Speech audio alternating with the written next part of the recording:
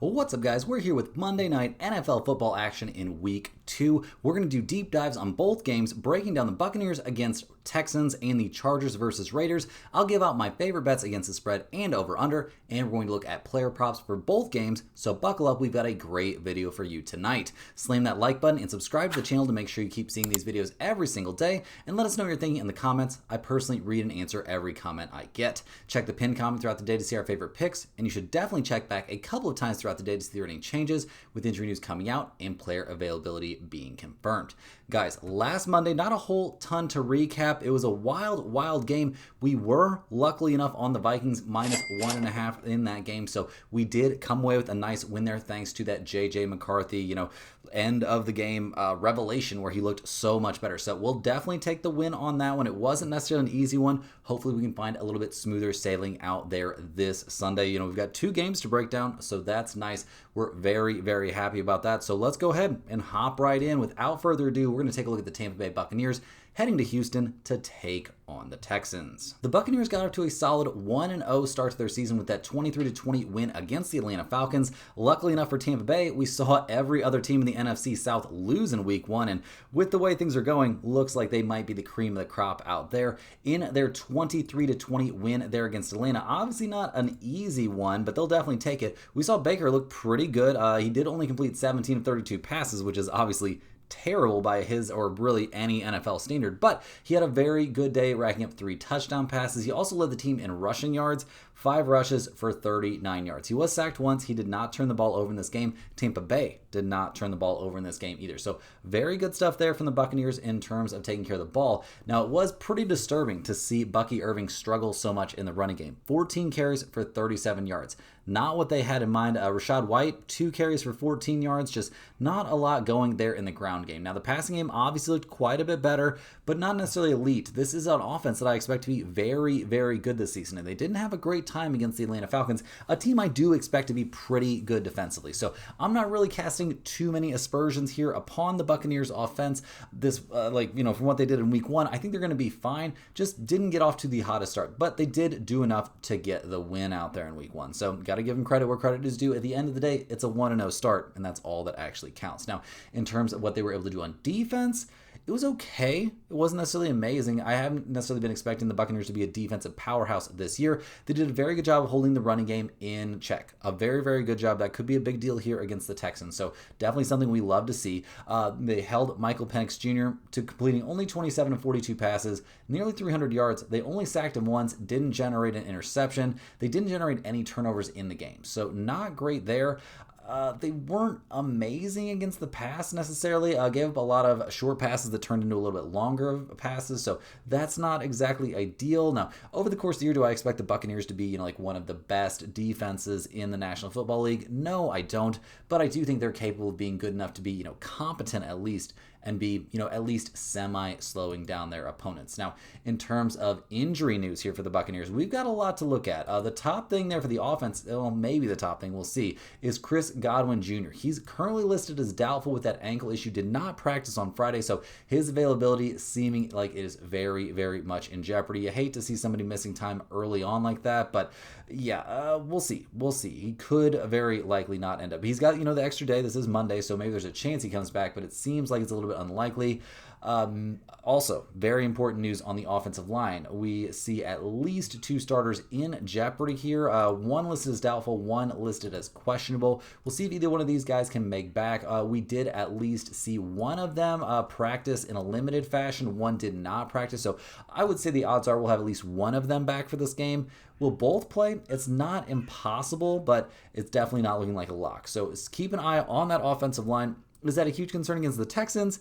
Maybe. I wouldn't say it's a huge concern. Also, Baker is a very mobile quarterback, so him getting out on the edge, not always going to be a bad thing. That is for sure. So not too worried about the injury report there for the offense. Now on the defensive side, no issues whatsoever. They are fully healthy there on defense. That's a great thing to get through the first week. If you can get through the first 2 or 3 weeks without losing a bunch of guys, especially on defense, that is a big deal. It can really set you up for some success down the road during this season. So we'll see what they can do on defense. They're going to need to have, I would say, a little bit better of a performance than they had in week 1, which is kind of what you would expect. These guys don't do too much heavy hitting there in the preseason season, don't do too much heavy hitting there in, training camp and all that. So once you get out there, things are very, very real once the, actual game starts. So we'll see what the Tampa Bay Buccaneers can do heading to Houston, this one to take on the Texans.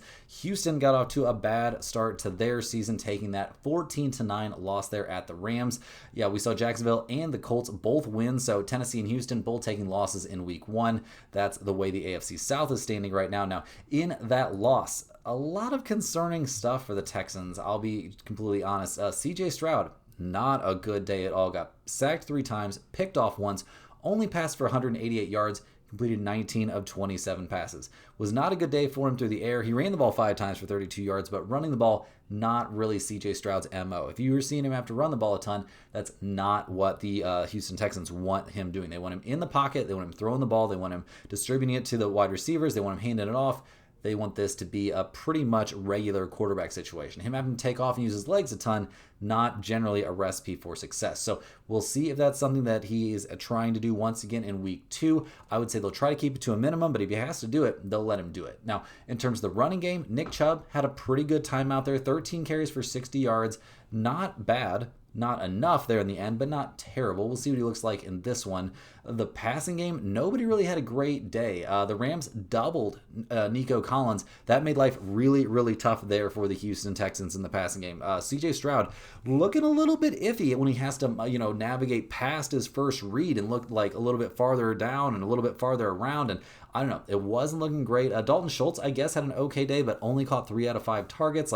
Just wasn't really a banner day for anybody there in the wide receiver group for the Texans or for CJ Stroud. So a good amount of concern. Your offense gets held to 10 points in the first game of the season against an offense that's not, absolutely top tier or really against anybody. That's definitely not the start you were looking for. So we'll see if the Texans can do a little bit better offensively here. They're playing at home for this one, going up against the Buccaneers.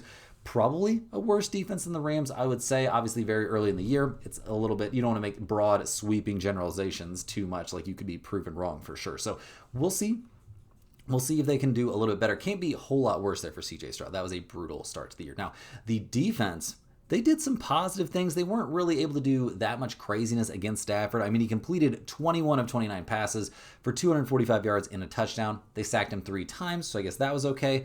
They struggled against Kyron Williams. They didn't get completely destroyed by him. I mean, the longest run they gave up was 9 yards, but they also gave up 66 yards to him and a touchdown on the ground. They had 0-1 negative a million answer out there for Puka Nacua. He caught 10 out of 11 passes for 130 yards. He didn't find the end zone against them, but that did not make me have very much faith here in this Houston Texans secondary. That's a big concern here going up against Baker Mayfield and some pretty talented wide receiver options. So I'm definitely worried about the Houston secondary. Their ability to stop the run is also in question after week 1. So a lot of pretty serious question marks about these Houston Texans in week 1, especially really on both sides of the ball. They did not play particularly well offensively or defensively, despite the fact they only gave up 14 points. So looking at the injury report here for the Texans, guys, they're a little bit banged up. We see Christian Kirk listed as questionable. We see Jake Andrews questionable there at center. That could be a pretty big deal. They don't want to see CJ Stroud get pressured a bunch. Now, Christian Kirk with that hamstring wasn't practicing there on Friday. It's a hamstring, guys. There's no way they're going to bring him back the next week. If that was enough to knock him out of the game, there's no way he comes back. Now, Jake Andrews, he's got a high ankle sprain. His timetable to return is undetermined. As someone who had a high ankle sprain like 3 months ago playing basketball, there is no chance in hell if this dude had a real high ankle sprain that he's able to play this week. That would be absolutely crazy pants insano stuff. So I think Jake Andrews definitely sits this game out, and missing your starting center can be a really, really big deal in an NFL football game, like a really, truly large deal. Now, on defense, they are fully healthy, so that's a good step in the right direction, but the defense didn't play very well last week. They're going to have to play better, whether they leave the same starters in or not. So looking at the numbers for this game, or actually first let's take a look at the weather. Take a look at the weather. Now obviously weather, it's going to be hot. They're in a dome. That doesn't really matter. No major weather concerns in this game. But in terms of the numbers for this one, the Texans are 2.5-point favorites at home. We've got a total of 42.5 in this game. Tampa Bay, they went 10-8 against the spread last year, 12-6 to the over a season ago. Houston was 8-9 against the spread last year, 12-7 to the under. This is what I'm looking at for this one, guys. Baker had something of a weird game in week 1. The Texans defense was okay. Their offensive line, not really sold on it. We didn't like what CJ did last week, especially when they were doubling Nico Collins. I don't see any reason Tampa Bay would not replicate that. And yeah, no one else was really able to step up there. Houston's injury situation isn't great. Baker, just, I don't know, man. He comes up with magic there in the clutch. I wish the Bucs would get to +3 for us, but I'm more than happy to take them here at +2.5. I think Tampa Bay, you could even take them, honestly, on the money line. Like, I think there's a decent chance they just straight up win this game. I don't think they're going to be losing here to a Texans team that maybe they just played terrible in week 1. Maybe they just weren't ready for the start of the season, but Baker is a baller. He's going to come out slinging it here in a primetime game on Monday night. I'm expecting very, very good stuff from him. I'm expecting very good stuff from Tampa Bay in this game. I think they probably win it straight up, but just to be safe, I'll take those 2.5 points. Now, in terms of the total for this one, guys, we've got a total here of 42.5. Not a very big number. I'm going to lean towards the over. The over is actually 7-1 in the last 8 games the Buccaneers have played as road underdogs, so that's a nice little trend in our favor. And as well, guys, I think both of these offenses are fairly capable. Like I said, I didn't love what I saw last week there from the Texans offense, so this probably won't make it into the pinned comment, but if you're begging me for a play here on the total, I definitely think that over is the way you want to go. Now, guys, in terms of some player props for this game, I've got a few that jump out to me and look pretty solid. And first up, I like Bucky Irving to score a touchdown at +110, a reasonable price. He had a receiving touchdown last week, 14 carries as well. They should be able to run the ball somewhat against the Texans here. I'd be surprised if they can't. He could always catch another touchdown pass, through the air. Baker not afraid to throw it to him, obviously. So yeah, I definitely think Bucky Irving to find the end zone in this one is a pretty reasonable value here right out the gate. I also think CJ Stroud, not really pegging this guy to have a great outing. I mean, I'll take him under 230.5 passing yards at -115. He only had 188 passing yards versus the Rams, with the Texans clearly missing weapons, outside of Nico Collins. I don't think he gets much more going here against Tampa Bay, especially with that Houston offensive line looking bad, and he's going to be missing his starting center. Tampa Bay is going to bring the heat on him. I don't think that's going to result in a ton of big plays for him. They're just going to double Nico Collins, bring the heat, and I think CJ is going to be in trouble in this game. So I'll definitely take the under on his passing yards in this one. He could even have, show significant improvement from week 1 to week 2 and still end up under this number. So don't think we're going to see a crazy amount of passing from him. On the Buccaneers side, I'll take Baker Mayfield here over 16.5 rushing yards at -120. He had 39 rushing yards last week against the Falcons. Here, playing in primetime on Monday night, like I was saying, guys, Baker shows up in the clutch for these big games. I think we're going to see him make a couple of big plays with his feet. This dude could top this number in only 2, maybe 3 carries, maybe even 1 if he really gets loose for some crazy Baker rumble. We've seen him do it before, guys. I think there's a good chance he does it in this one. I think this might be my favorite prop of the night. It's actually my second favorite. I think my favorite is going to be that CJ Stroud under passing yards, but check the pinned comment. One of these player props will definitely be making it in. Hey guys, hopping here with a quick shout out to the sponsor of today and every day's video, and that is StumpTheSpread.com. Click the link in the description to go over there and see the top confidence picks from our entire team of experienced cappers. Right now, our premium members are getting daily MLB and UFC picks. NFL Week 2 has been going crazy. College football's been going crazy. Tons of great information there in the premium section and in the free section over there at StumpTheSpread.com. That's where you got to go, guys. Click the link in the description to get over there, see all the free stuff we offer as well, exclusive free picks that are only posted there. That's where you'll find our free-to-use bet size calculator, and obviously that's where the premium top confidence picks will be. Just for the record, those premium picks will not usually match what you see here in the videos from me because I'm not the premium NFL, MLB, or UFC or NCAA football handicapper over there at Stump the Spread. We've got a team of experts, each one with that more than a decade of experience covering his given sport, and they are putting in a crazy amount of work every single day to bring you guys the best value they possibly can. So definitely get over there to StumpTheSpread.com, get in on that, check on the free email list. It's a great resource. Every single day you'll get one email straight to your inbox. You just go over there to StumpTheSpread.com by clicking the link in the description. You get over there, you give them your name and your email address to set up a free account, and you'll be on that email list. You'll get that one email every single day, and it'll have at least one free pick, oftentimes 2. Parlays are included in those emails. It's just a fantastic resource. There will be information on niche sports betting like golf, tennis, NASCAR, and WNBA is often covered in there as well. It's just a really good thing to see every single day. Also, we'll be updating you on our results in the premium section all kinds of good stuff like that. So definitely want to get on that free email list. And also, guys, if you're a huge fan of what you're seeing from us here every single day, you can sign up for a YouTube channel membership by clicking that little join button right below the video. YouTube channel members get early access to all of our videos, get their name up on screen in every video, but more importantly, get access to our members only giveaways. And if you're curious about those, guys, well, you are about to see one pop off right now. We give away a Stump the Spread hoodie here every single week. We put every single YouTube channel member's name on this big wheel that you're about to see right now. We spin this wheel, and whoever's name comes up, they get a free Stump the Spread hoodie mailed straight to their address. So we're gonna click the wheel right now, click the button. Here we go, we're spinning. Let's see who the lucky winner is this week. And it looks like it is going to be, oh, it is Sean Gaspard. Sean Gaspard, get down there in the comments. Let us know that you won the giveaway this week. We'll be more than happy to get that out to you as soon as possible. Like I said, get in the comments. Let us know you won. We'll contact you through there and direct you further along. But the quicker you get back to us, the quicker you can get your hoodie. We've had guys get their hoodies in as little as 1 week from winning it. So hopefully we can get it out to you quick as possible. Hopefully you respond quickly.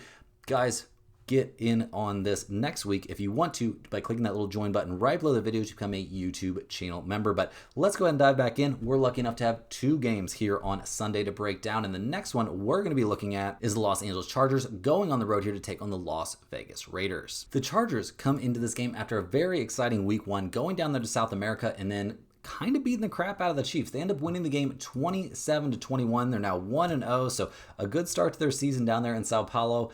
I mean, if you're a Chargers fan, you got to be pretty pumped with what you saw. Justin Herbert comes out of the gate slinging it, looking amazing, looking fantastic, better than you could have possibly hoped. 3 touchdown passes, passed for 318 yards, a very good completion percentage there, 25 out of 34. He was sacked 3 times, but he also ran the ball 7 times for 32 yards. So kind of a new dynamic there to Justin Herbert. Very, very happy, honestly, with what he did in week 1. So solid stuff there. We saw Hampton kind of struggle running the ball. I mean, 15 carries for 48 yards is not ideal, but it really wasn't bad. Najee Harris actually made it on the field, something that was not a given coming into the year. All kinds of weirdness going on with him, but really, I think you got to be pretty happy there if you're the Los Angeles Chargers with what you did in week 1.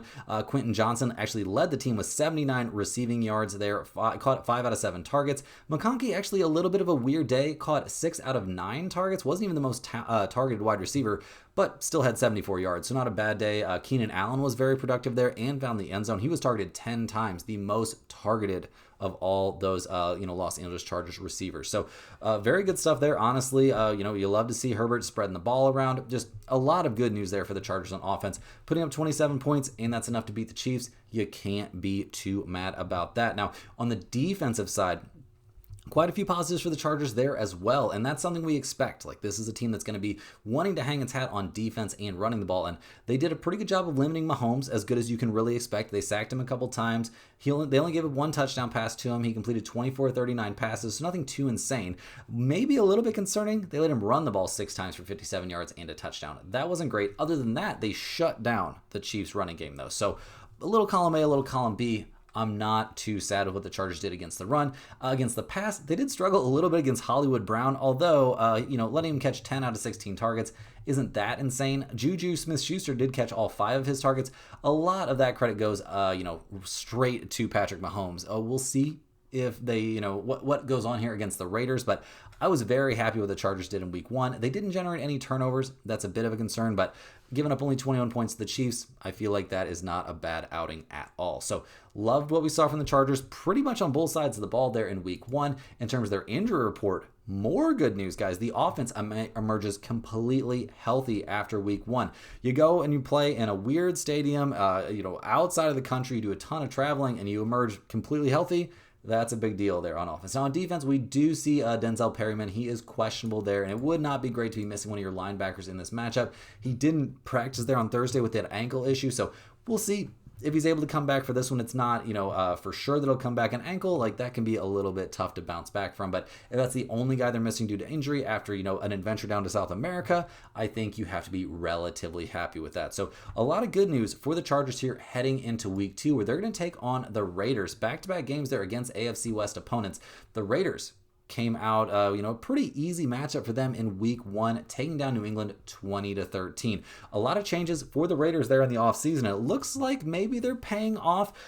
So far, obviously a one-game sample size isn't much, but they won 20-13, so solid stuff there. Geno Smith had a very Geno Smith day, passed for 362 yards and a touchdown, completed 24-34 passes, was sacked 4 times, and of course, he managed to throw the ball to the other team one at a time with that one interception. So not great, but that was really the only place they were getting offense. It was a little bit disappointing. Genti did not look as good as I would have expected coming into week 1 here. 19 carries for 38 yards and 1 touchdown. So he did find the end zone, so congrats on that, but really not a dominant performance from them running the ball. They're going to need to be a little bit better running the ball if they want to, reach the level that they aspire to this season. So we'll see if they can address that a little bit. The passing game obviously looked great. Brock Bowers, an amazing day out there. Caught 5 out of his 8 targets for 103 yards. Did have to leave the game, though, with that knee injury. That wasn't a great look. Apparently, he's fine. So that's the word, is that he's totally fine. So we're going to kind of trust that. I do think Brock Bowers is probably okay for this game. We'll see. Jacoby Myers also had a very nice day out there. Caught 8 out of his 10 targets for 97 yards. Trey Tucker caught 2 out of his 3 targets for 54 yards and a touchdown. So a pretty decent day out there overall for the Raiders. They only had that 1 turnover there from Geno thrown to the other team, which is kind of just something he's going to do. It feels like once a game. We'll see if that's really the truth or not. But a reasonable day there against a Patriots defense that's supposed to be okay. Now, the Raiders defense did not necessarily come into the season highly touted. They gave up 287 passing yards and a passing touchdown to Drake May. They did pick him off once and had 4 sacks. They did a good job shutting down the run, so that's a good look. They did really struggle, though, against not exactly the most vaunted of wide receiver groups, so that is a big concern for their secondary. They didn't generate a turnover except for that interception, so not a bad day for the Raiders defensively necessarily. I mean, you give up 13 points, how bad of a day can it really be? But they didn't look dominant, and this isn't exactly a Raiders defense that came into the season, everybody expects the Raiders defense to be great. Not really so much. So we'll see what they're able to do here in game 2 of the season. They are playing at home, so maybe that'll help a little bit in terms of their injury reports for this game. We definitely still see Brock Bowers on there. No doubt about that. He's currently listed as questionable. That knee issue, he was not spotted at practice there on Friday, so that's a bit of a concern. Keep an eye on that leading up to game time, because whether or not he plays obviously makes a huge difference in this game. He's their primary pass catcher. They're going to need him out there. Very clearly, Geno Smith more than happy to be throwing him the ball quite a bit. So if Brock Bowers sits out, that's a huge deal. We also see Jackson Powers Johnson, their right guard. He's listed as questionable as well. No major injury news on him, no major updates right now. If he misses this game, that's obviously not ideal for them either. Geno needs to be protected. I mean, not going to say at all costs, but kind of at all costs, because you don't want to see Kenny Pickett out there under center, I'll tell you what. So we'll see how things go there. On the defensive side, though, they're pretty healthy. Roberts there is questionable there at middle linebacker. That's their only major problem, and he was a limited participant in practice there on Friday, so that's definitely a big step in the right direction, for the potential of him actually ending up playing in this game. So really, the Raiders looking healthy, with the major exception there of Brock Bowers. Got to find out for sure whether or not he's playing in this game before you can get too heavily invested in this one. Now, in terms of the weather for this game, obviously, with the roof there in Las Vegas, it doesn't really matter. Isolated showers, though, are currently being listed for Las Vegas, which sounds pretty wild, but playing indoors, we don't really have to worry about the weather too much. In terms of the numbers here, the Raiders are getting 3.5 points at home. We've got a total of 46.5 in this game. The Chargers 1-0 against the spread this year, 12-6 against the spread last year, and a 500 over/under team. The Raiders 7-9-1 against the spread last year, 1-0 against the spread this year, and 9-8 to the over a year ago. There is some concern that the Chargers might be getting a little bit overhyped here after that win against the Chiefs. Could be an interesting spot to theoretically fade them because of the big travel spot, but getting the extra day here playing on Monday, I think that kind of cancels that out. Geno playing inside is a big deal. That definitely helps him. I am a little bit concerned about the public coming in on the Chargers. Obviously, if this ends up being a big public spot, that would be a little bit concerning, but that's not something we worry about too much in these, standalone Monday night, Thursday night, whatever games. That hasn't been, fading the public has not been a great strategy on those kind of games. The Brock Bowers injury situation is definitely very important, and it's something that I'm certainly taking into consideration here, because even if he does play, I don't think he's going to be at 100%, and that's a big part of the reason I'm going to be taking the Chargers here at -3.5. I do wish it was -3, but I don't think we're going to get that. I think 3.5 is pretty much a number that's painted down right now. I think that's what it's going to be. I'll definitely take the Chargers here. I think they're going to run the ball much more successfully here in game 2 of their season. I think we're going to see another good game there from Herbert. I don't think the Raiders secondary is anything to write home about. I don't think their defense in general is anything to write home about. I'm not sure why everybody's so high on the Raiders right now. They beat the Patriots, who are not going to be that good this year at all. The Chargers beat the Chiefs, who, come in as legitimate, a legitimate potential Super Bowl team. So I will definitely take the Chargers here at -3.5. I think they've got a great chance to win this game by at least a touchdown. In terms of the total, we've got a total of 46.5 in this one. The over is actually 7-0 in the Chargers' last 7 games as favorites on Monday Night Football. 3 of the last 4 games between AFC West teams have gone over, so I'm going to lean a bit towards the over. I don't love it. I don't love betting overs here in primetime spots, so I'm mostly going to stay away from the total here, but I definitely like the Chargers -3.5. In terms of some player props that we like for this game, right off the bat, one that jumps off the page to me is McConkey to score a touchdown here at +145. Actually had a very good week 1 there against the Kansas City Chiefs. Didn't find the end zone. I think we'll see him find a way to score here in week 2 against a secondary that gave up a lot to a pretty bad, offense in week 1.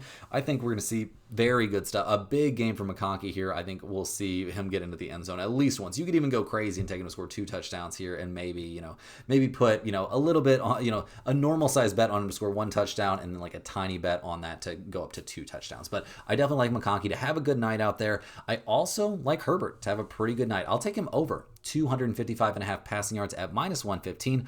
A great week through the air against Kansas City. Now gets to go against the Raiders secondary. They gave up 287 passing yards to Drake May and a less than awesome Patriots wide receiver group. I think this is a excellent value in this game. I think Herbert's going to go out there and have a very, very good night for us. I don't think he's going to have too much trouble here against the Raiders at all. He's playing indoors. I don't know if that's a huge consideration here for Herbert, but I think he's got a good wide receiver group, and I think he's going to utilize that very, very effectively in this one.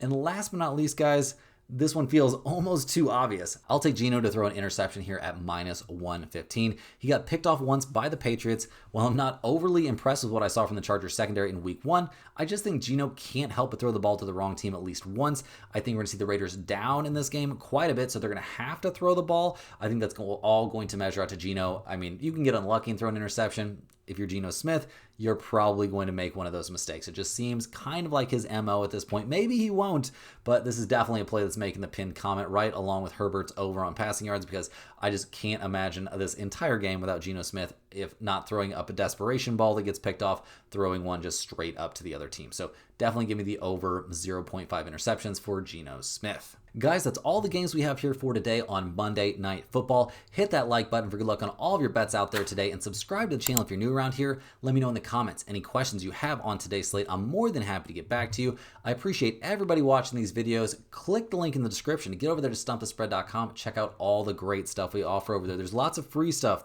those free picks that are exclusively posted over there. A very good resource, but a much better resource than that, you got to get on that free email list, guys. It's a fantastic value straight to your inbox every single day. Just tons and tons of information. So definitely check that out, as well as checking out all the premium picks over there.